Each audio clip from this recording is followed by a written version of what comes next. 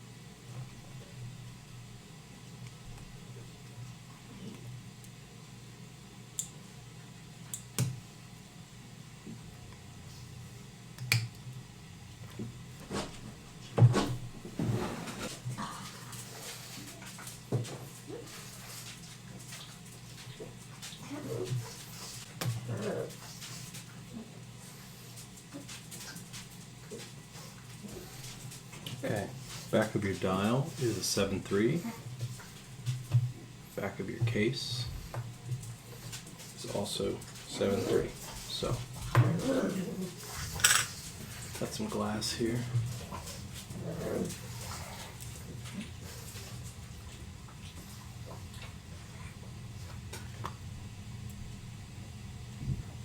More shards of glass here.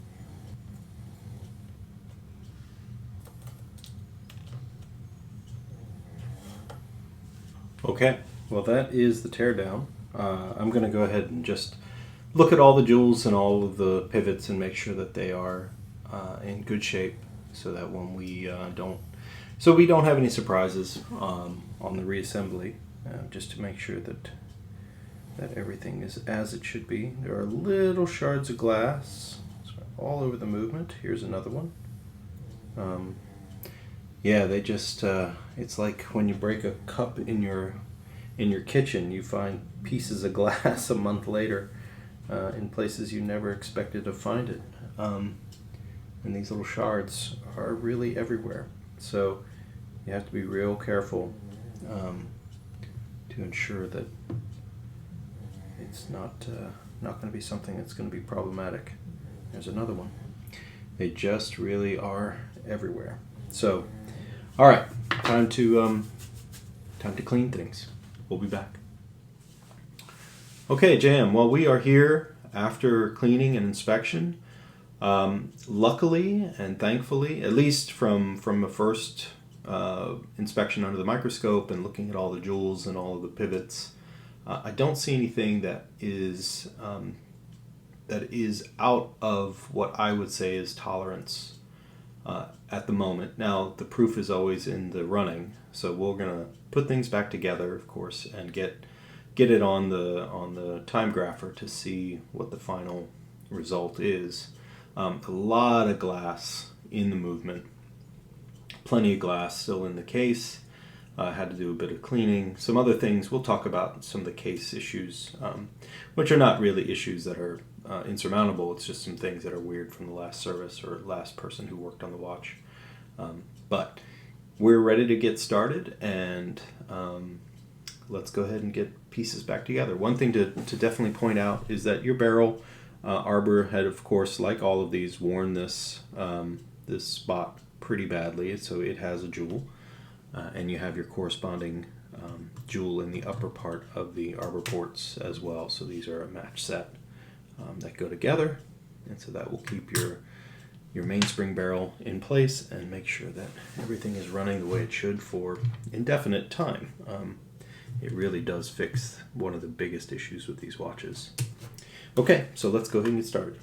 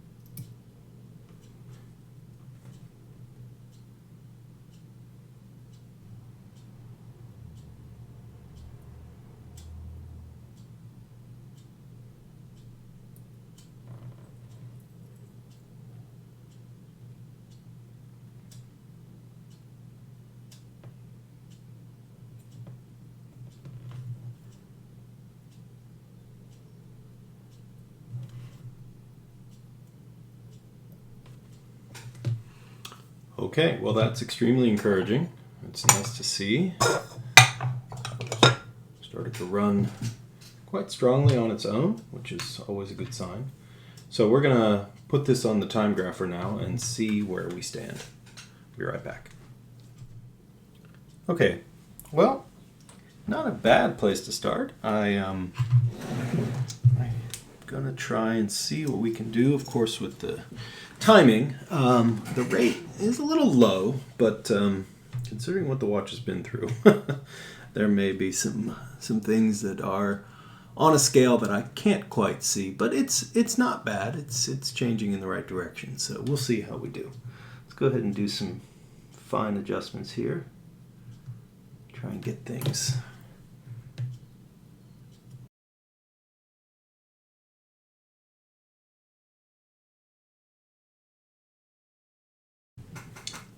Okay, so you can really see how the lubrication sort of, has to make its way around. We've got to allow things to get settled in.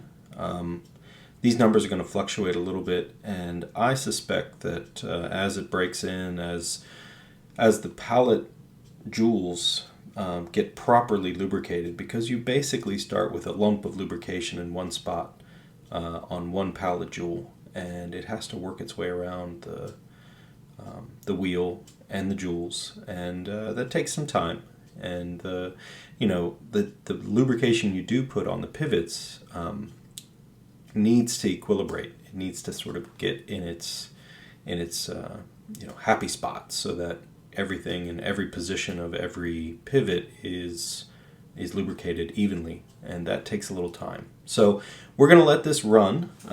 I suspect we're going to do quite well in the end. These numbers, they fluctuate, and they go up, they go down, and that's just really part of this process. And I'm going to come back and have a look. We're going to let this run for an hour. That's usually my time to let things settle down, and we're going to get there. I mean, we're already on the high spots, breaking mid-teens. I suspect this will go in the right direction consistently, and we'll have to make some adjustments, but otherwise we're doing great. I mean, you really, I think, dodged a very serious bullet with the drop of the watch, in that the movement seems to be running steady and running quite well, considering.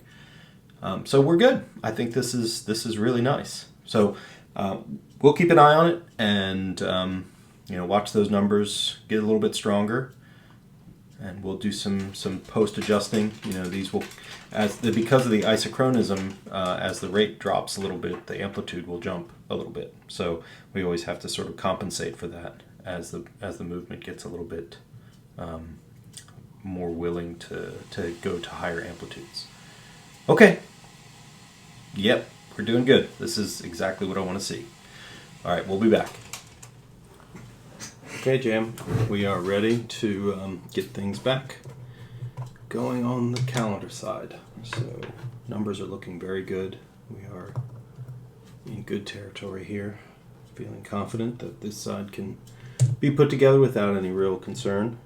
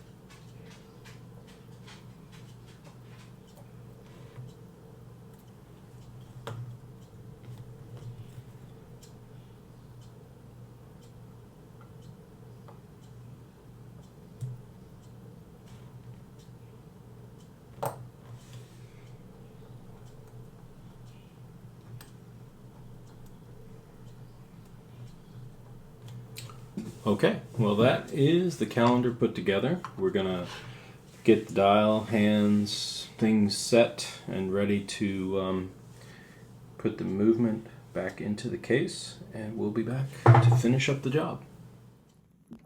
Okay, we are back in the case and ready to put the final few finishing touches on.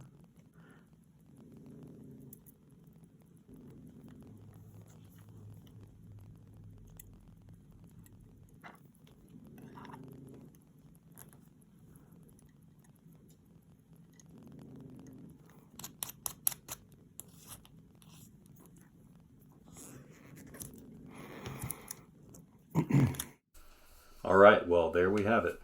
Here is your dad's 1977 6139 6005. I think everything just came out really nice. It's such a clean and good watch. This has definitely seen some knocks. It it got battered pretty badly, but I don't think that there's any real lasting damage. The one thing I was really concerned about was your dial, and your dial didn't take any scratching at all. It's very, very good, and the movement does not appear from every angle that I looked at it to have any real lasting damage either. All the pivots were good, all of the components checked out just fine, and the numbers are really good. Somebody was in here, they definitely re-loomed your dial and your hands at some point, and maybe not the dial. There's some loom spots on the dial, but certainly the hands were re-loomed. I went ahead and cleaned them really well. They're not bad, but that's something to keep in mind as you move forward with the watch. Overall, case looks great. Movement looks really good. Changed all of the seals. It had some seals in it that weren't quite up to par. And the one in particular that I was very concerned about, and I'm not really sure what happened, but the seal that goes under your crystal is made of Viton, and it's a replaceable seal. Seiko recommends you replace it. This one's yours, and this is completely eaten alive. I don't know quite what happened to this seal. It's supposed to have a L shape, and this has really been badly mangled. I'm really not certain what happened. But unfortunately, these are really not cheap to find. There are some that have been produced by Vintage Time Australia, and I do have one. But again, this is one of those hard to get items, and it's a little bit dear in terms of the price. But at the end of the day, this is not fit for purpose. It really needs to just be replaced, and so I did replace it. So that's that. The only real thing that was hurt in the process of the broken crystal, thankfully. Case back seal, of course, is new. Your pusher and crown had some seals in them, but not the right ones for this particular watch. They just weren't doing their job quite as well as they should be. This is your bushing for your mainspring arbor port. I replaced that bushing with a jewel and the corresponding jewel in the main plate of the watch. So that's been done. I have some new spring bars for you. I don't think the spring bars that you had were egging out the hole that much. Here's your bracelet that will come home, of course, with your end links. But your spring bars, spring bars can fail, and so I believe that may have been the case, that just the spring bar broke. I inspected the case pretty well, and it didn't seem to have an issue. Everything is working exactly as you would expect. The pushers have new seals, like I said. This hand that you bought, I think it actually matches quite well. It could be that the hand itself is the right color, and your hand has faded a bit over time. And so as a consequence, it's a little bit of a mismatch, but I think it's the right color for the watch. So yeah, I think it came out really good. We're going to run through some functions here just to be sure. I would say that